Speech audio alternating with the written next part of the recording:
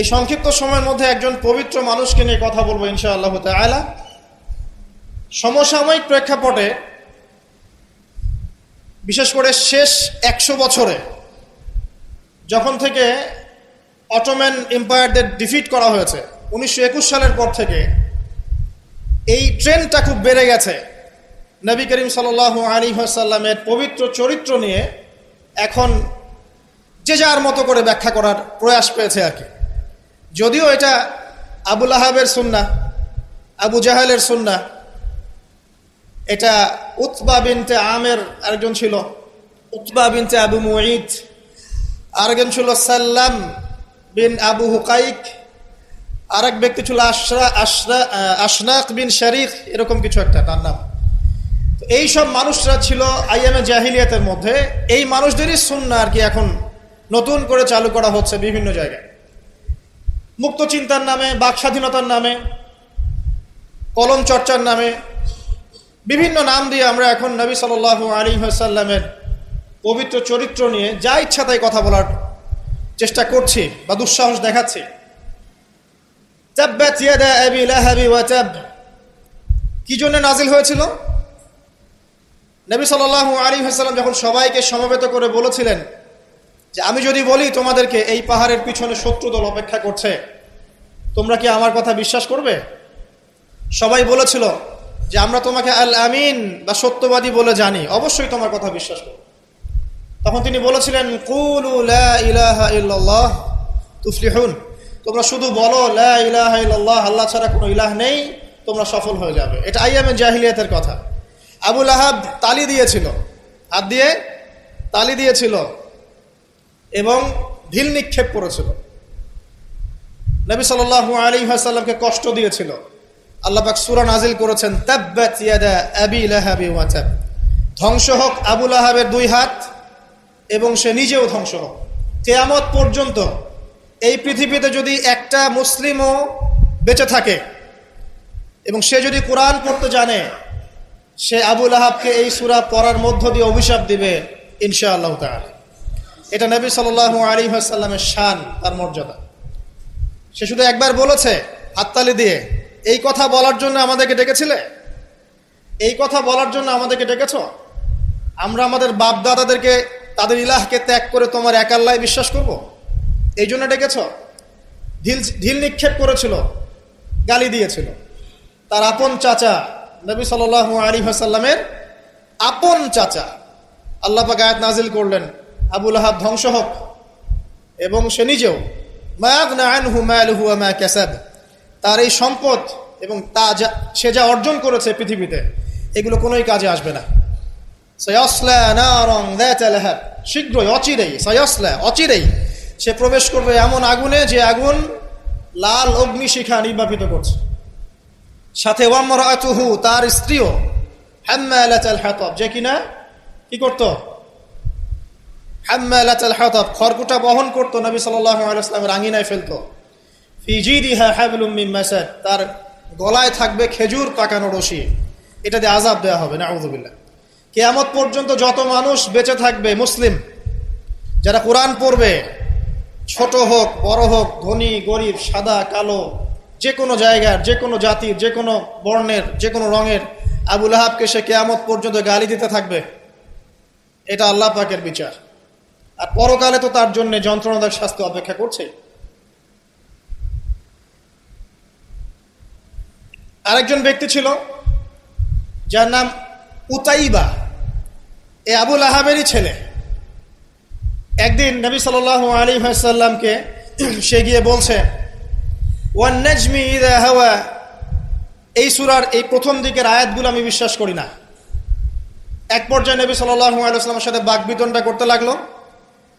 আমাদের নবীজি তো তর্ক করতেন না, স্বল্পভাষী, মিষ্টিভাষী, নরম মানুষ ছিলেন, তর্ক করতেন না, নিজে কাউকে কখনো একটা থাপ্পড়ও দেননি, এমন মানুষ ছিলেন। তো সেই মানুষটাকে সে মুখে থুতু নিক্ষেপ করেছিল, তবে এই থুতুটা তার মুখ পর্যন্ত পৌঁছে নাই, আল্লাহ পাক পৌঁছাতে দেননি। আরো কষ্ট দেওয়ার জন্য তার জামা টানা হেঁচড়া করছিল। আর রাহিকুল মাখতুম বইয়ের মধ্যেই আছে, পড়ে দেখবেন। আল্লামা সফিউর রহমান মোবারকপুরি রাহিমাহুল্লাহ রচিত আর রাহিকুল মাখতুম, যেটা 1187টা বা 85টা বইয়ের মধ্যে ফার্স্ট প্রাইজ পেয়েছে, প্রথম স্থান অধিকার করেছে এই বই। এখানেই লেখা আছে। তো নবী সাল্লাল্লাহু আলাইহি ওয়াসাল্লাম কষ্ট পেয়েছিলেন, কষ্টে তখন তিনি বলেছেন আল্লাহর কাছে, ওই মুহূর্তে বলেছেন, আল্লাহ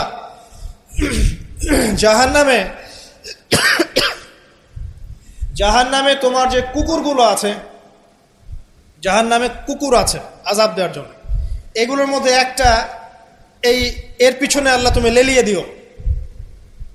এটা বদদুয়া করেছেন নবী সাল্লাল্লাহু আলাইহি ওয়াসাল্লাম। আমাদের কিছু সুশীল আছে, তারা বলতে চায় যে নবী সাল্লাল্লাহু আলাইহি ওয়াসাল্লাম কখনো কটু ভাষা ব্যবহার করতেন না, কখনোই না। প্রয়োজন বোধে নবী সাল্লাল্লাহু আলাইহি ওয়াসাল্লাম বদদুয়াও করেছেন। প্রয়োজন বোধে নবী সাল্লাল্লাহু আলাইহি ওয়াসাল্লাম টানা 1.5-2 মাস ধরে বদদুয়া করেছেন।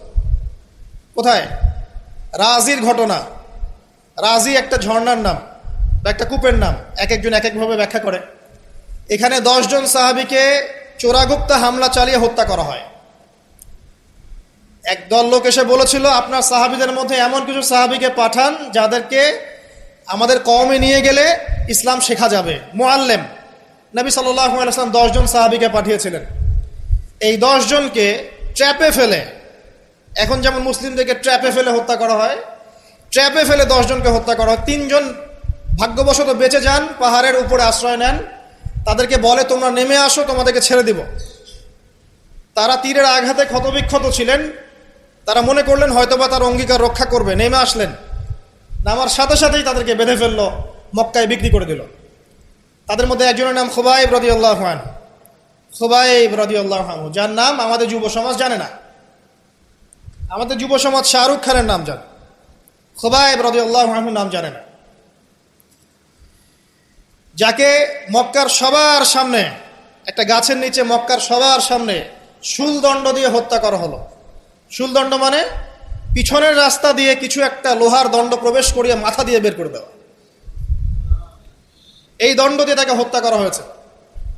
হত্যা করার আগে তাকে বলা হয়েছে, তুমি কি চাও? সে বলেছে, আমি 2 রাকাত নামাজ পড়তে চাই। এবং নামাজটাকে সংক্ষিপ্ত করেছে। সংক্ষিপ্ত করে সে হাত তুলে আল্লাহর কাছে দোয়া করেছিল, আল্লাহ, উপস্থিত যারা আছে এদের একটাকেও তুমি ছেড়ো না। ওয়াকতুলহুম বাদাদা, তাদের সবাইকে তুমি সবগুলাকে এক জায়গায় করে হত্যা করো। দেখা গেছে ওই সবার লাশ বদরের কূপে পড়েছিল। বদরের পরেও যে যুদ্ধগুলো হয়েছে এগুলোতে এরা মারা গেছে। বদরের পরে যে যুদ্ধগুলো হয়েছে এরপরে এগুলো মারা গেছে। আসলে ঘটনাটা বদরের পরেই সম্ভবত। যাই হোক, আমি যেটা বলতে চাচ্ছি, খুবাইব রাদিয়াল্লাহু আনহুকে তখন অপশন দেওয়া হয়েছিল যে তোমার জায়গায় যদি মুহাম্মদ সাল্লাল্লাহু আলাইহি ওয়াসাল্লামকে হত্যা করি, তুমি কি নিষ্কৃতি নিবে? সে তখন বলেছিল রাদিয়াল্লাহু আনহু যে আমার জায়গায় মুহাম্মদ সাল্লাল্লাহু আলাইহি ওয়াসাল্লামের একটা চুলকেও যদি আঘাতপ্রাপ্ত করা হয় আমি সেটাও বরদাস্ত করব না। এবং তিনি তখন একটা কবিতা আবৃত্তি করেছিলেন, বিভিন্ন কিতাবের মধ্যে কবিতাটা আছে, ওয়ালাস্তু বালি হিনা উক্তালু মুসলিমান, আমি কোনো পরোয়াই করি না যখন আমাকে মুসলিম হিসেবে মৃত্যু দেওয়া হচ্ছে। আলাই জামিন কানা লিল্লাহি মাসরাই, যে পাশেই আমাকে পাশ ফেরানো হোক না কেন, এই পাশ আল্লাহর জন্যই। ওয়াযালিকা লিলাহ ওয়া ইয়াশা, তিনি এমন একজন ইলাহ যিনি চাইলে ইউবারিক আলা ফি কুল্লি শিলইন মুমাজ্জাআত, তিনি আমার দেহের প্রত্যেকটা হাড় এবং গোশতের টুকরায় বারাকা দিতে পারেন। তাকে এভাবে শহীদ করা হয়। তো এই 10 জনকে ট্র্যাপে ফেলে হত্যা করা হয়েছিল। খুবাইব রাদিয়াল্লাহু আনহু তাদের মধ্যে একজন। খেয়াল করে দেখেন, নবী সাল্লাল্লাহু আলাইহি ওয়াসাল্লাম এই ঘটনার পরে 1 থেকে 1.5 মাস তিনি টানা বদদুয়া করেছেন এই কওমকে যেন আল্লাহ পাক ধ্বংস করে। ঠিক আরেকটা ঘটনা এর কয়েক মাস পরে ঘটে যায়, এর নাম বীরে মাউনার ঘটনা। বীরে মাউনা একটা জায়গার নাম, যেখানে একইভাবে দিন শেখার কথা বলে দায়ীদেরকে ডেকে নিয়ে এসে 70 জন দায়ীকে একসাথে হত্যা করা হয়েছে ট্র্যাপে ফেলে। এই জিনিসগুলো হিস্ট্রির কথা মনে করিয়ে দেয় আমাদেরকে।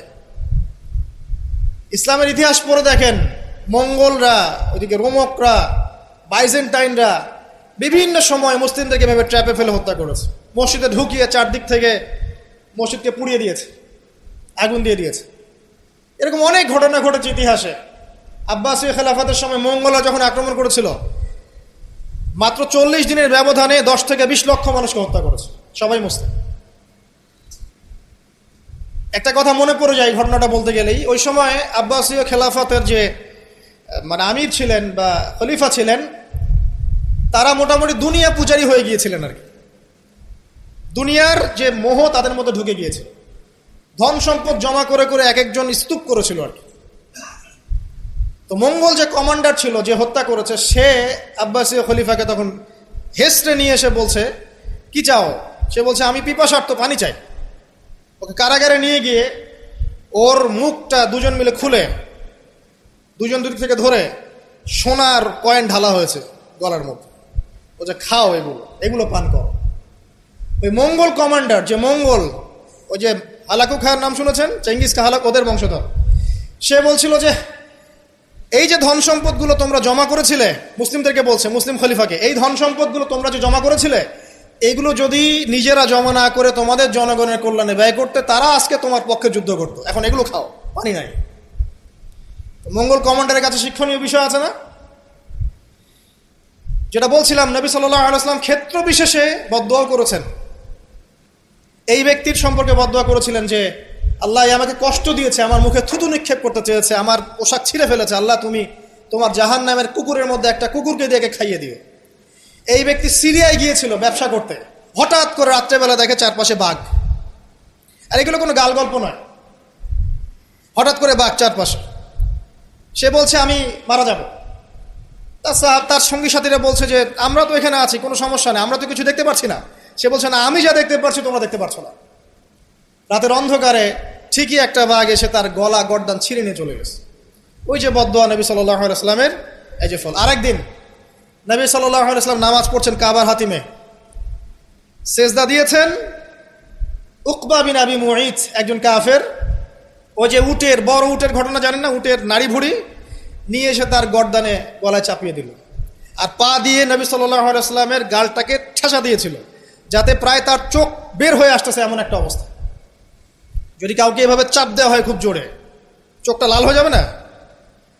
এইভাবে স্পষ্ট লেখা আছে সিরাতের গ্রন্থগুলোতে। নবী সাল্লাল্লাহু আলাইহি ওয়াসাল্লামকে এই অবস্থা থেকে উদ্ধার করলেন তার মেয়ে ফাতিমা রাদিয়াল্লাহু আনহা। আল্লাহর নবী প্রচন্ড কষ্ট পেলেন এই দিন, প্রচন্ড কষ্ট, এবং হাত তুলে তিনি একটা একটা করে নাম উল্লেখ করতে থাকলেন। আল্লাহ, আবু জাহেল ইবনে হিশাম, উকবা বিন আবি মুঈত, উতবা, শাইবা, রাবিআ, নাম উল্লেখ করতে থাকলেন। আল্লাহ, এদেরকে তুমি ছেড়ো না, এদেরকে দেখে নিও। নবীজি একবার যখন আল্লাহর সামনে বলবেন কিয়ামতের মাঠে, আল্লাহ আমার উম্মত, আল্লাহ আমার উম্মত, আল্লাহ পাক এক দোয়াতেই নবী সাল্লাল্লাহু আলাইহি ওয়াসাল্লামকে বলবেন, তোমার উম্মতের মধ্যে যার অন্তরে সরিষা পরিমাণ ঈমান আছে ওকে বের করে নিয়ে আসো। সেই মানুষ যদি বদদোয়া করে নাম ধরে, তাদের কি অবস্থা হবে এবার চিন্তা করেন। সেই মানুষের শান, তার মর্যাদা, তার চরিত্র নিয়ে কেউ যদি কথা বলে, কটূক্তি করে, তার অবস্থা পরকালে কি হবে চিন্তা করেন। দুনিয়াতে হয়তো কিছু হবে না, হয়তো পার পেয়ে যাবে। এই দুনিয়াটা চূড়ান্ত ফলাফলের জায়গা নয়। আর মুসলিমরা এখন দুর্বল, তাদের আল্লাহর কাছে দোয়া করা ছাড়া এখন কোনো অপশনও নাই। দোয়ার অনেক অনেক ক্ষমতা আছে। নবী সাল্লাল্লাহু আলাইহি ওয়াসাল্লাম দোয়া করলেন, এই 10 জন ব্যক্তির লাশ বদরের প্রান্তরে পাওয়া গেছে। আবু জেহেল দেখবেন বদরের নিহত হয়েছে, উতবা, শাইবা, সবগুলা বদরের কূপে। এবং কূপে যখন তাদেরকে ফেলা হয়েছে, নবী সাল্লাল্লাহু আলাইহি ওয়াসাল্লাম কূপের পাশ দিয়ে যাওয়ার সময় বলছিলেন, তোমরা কি তোমাদের জাযা পেয়ে গেছো? তখন সাহাবীরা বলছেন, ইয়া রাসূলুল্লাহ, তারা তো মাইয়িত, তারা তো শুনতে পাচ্ছে না, আপনি কার সাথে কথা বলছেন? নবীজি বললেন, অবশ্যই তারা আমার কথা শুনছে এখন। আরেকজন ব্যক্তি ছিল যে নবী সাল্লাল্লাহু আলাইহি ওয়াসাল্লামকে নিয়ে এই কবিতা, গল্প, নৃত্য, মেয়েদেরকে নাচাতো, এসব তৈরি করতো, মক্কা ছড়াতো। তার নাম আশনাক বিন শারিক। একটু বৃদ্ধ লোক ছিল, বুদ্ধিজীবী টাইপের আর কি, খুব পণ্ডিত। তো এই কাজ করতে থাকতো। নবী করিম সাল্লাল্লাহু আলাইহি ওয়াসাল্লাম বদদোয়া করেছিলেন, প্লেগ, বসন্ত, গায়ে পচন ধরার মধ্য দিয়ে লোকের মৃত্যু হয়েছে। আরো আছে, বলতে গেলে অনেক সময় চলে যাবে, আপনাদের খুতবার সময় খুব শর্ট। আমি অন্য টপিকে যেতে যাচ্ছি আর কি। আমি বলতে যাচ্ছি, এই আইয়ামে জাহেলিয়াত থেকে এটা চলে আসছে। নবী করিম সাল্লাল্লাহু আলাইহি ওয়াসাল্লামকে জীবিত অবস্থায় এই 23 বছরে মোট 16 বার হত্যা করার চেষ্টা করা হয়েছে। কতবার? এবং তাকে এই 23 বছরের নববী জীবনে প্রায় 15টা গালি খেতে হয়েছে। সাহের, জাদুকর, কাযযাব, মহামিথ্যাবাদী, ফারিকুল জামাত বিভক্তকারী, ঐক্য বিনষ্টকারী, অনেক কথা শুনতে হয়েছে, 15টার মতো। কাবা ঘরে যখন তিনি তাওয়াফ করছেন মক্কা বিজয়ের পর, তখনও তাকে চোরাগুপ্ত হামলা চালিয়ে হত্যা করার চেষ্টা করা হয়েছে। তিনি বসে আছেন, তার সামনে তরবারি নিয়ে গেছে, আল্লাহ ওহির মাধ্যমে জানিয়ে দিয়েছেন, তিনি বলেছেন তরবারি কি জন্য এনেছো? আমাকে হত্যা করার জন্য। সাথে সাথে সে মুসলিম হয়েছে। ইহুদিরা ডেকেছে, এই যে বনু নাজির গোত্র, যাদের ঘটনা সূরা হাশরের মধ্যে বর্ণিত আছে, সূরা হাশরের পিছনে দেখবেন বনু নজিরের ঘটনা আছে। বনু নজির এরা ডেকেছে নবী সাল্লাল্লাহু আলাইহি ওয়াসাল্লামকে, চুক্তি নিয়ে আমরা কথা বলবো, আমরা শান্তি নিয়ে কথা বলবো, এই জন্য ডেকেছে। নবী করিম সাল্লাল্লাহু আলাইহি ওয়াসাল্লাম আবু বকর ওমর রাদিয়াল্লাহু আনহুকে নিয়ে গিয়েছেন, দেয়ালের পাশে বসেছেন, উপর থেকে পাথর ফেলে হত্যা করার চেষ্টা করা হয়েছে। আল্লাহ পাক জানিয়ে দিয়েছেন, তিনি সেখান থেকে চলে গেছেন। প্রায় 16 বার, আমার ছোট্ট গবেষণা, সিরাতের বইগুলো পড়ে দেখেন, প্রায় 16 বার তাকে হত্যা করার চেষ্টা করা হয়েছে। তাকে জীবিত অবস্থায় প্রায় 15টা গালি খেতে হয়েছে। কিন্তু প্রত্যেকটা বিষয়ের রিফ্লেকশন একই রকম ছিল না। মাক্কি জীবনে নবী সাল্লাল্লাহু আলাইহি ওয়াসাল্লাম প্রচন্ড সবর এবং ধৈর্যের পরিচয় দিয়েছে। দোয়া করেছেন, বদদোয়া করেছেন, হেদায়েতের দোয়া করেছেন। কিন্তু মাদানী জীবনে যখন নবী করিম সাল্লাল্লাহু আলাইহি ওয়াসাল্লাম যখন একটা স্টেটের প্রধান, রাষ্ট্রপ্রধান, তার কাছে ইকোনমিক পাওয়ার, পলিটিক্যাল পাওয়ার, সামরিক পাওয়ার সবকিছু আছে, একটা সুপার পাওয়ারের মতো, ঠিক তখন তিনি এই অপবাদগুলো সহ্য করেন নাই। একজন ব্যক্তির নাম কাব বিন আশরাফ, নবী করিম সাল্লাল্লাহু আলাইহি ওয়াসাল্লাম সাহাবীদেরকে বলেছেন, ওকে মেরে চলে আসো। সাহাবীগণ এই মিশনটা বাস্তবায়ন করেছে। পরে আরেকজন ছিলেন সাল্লাম বিল হুকাইক, আর এক ইহুদি নেতা।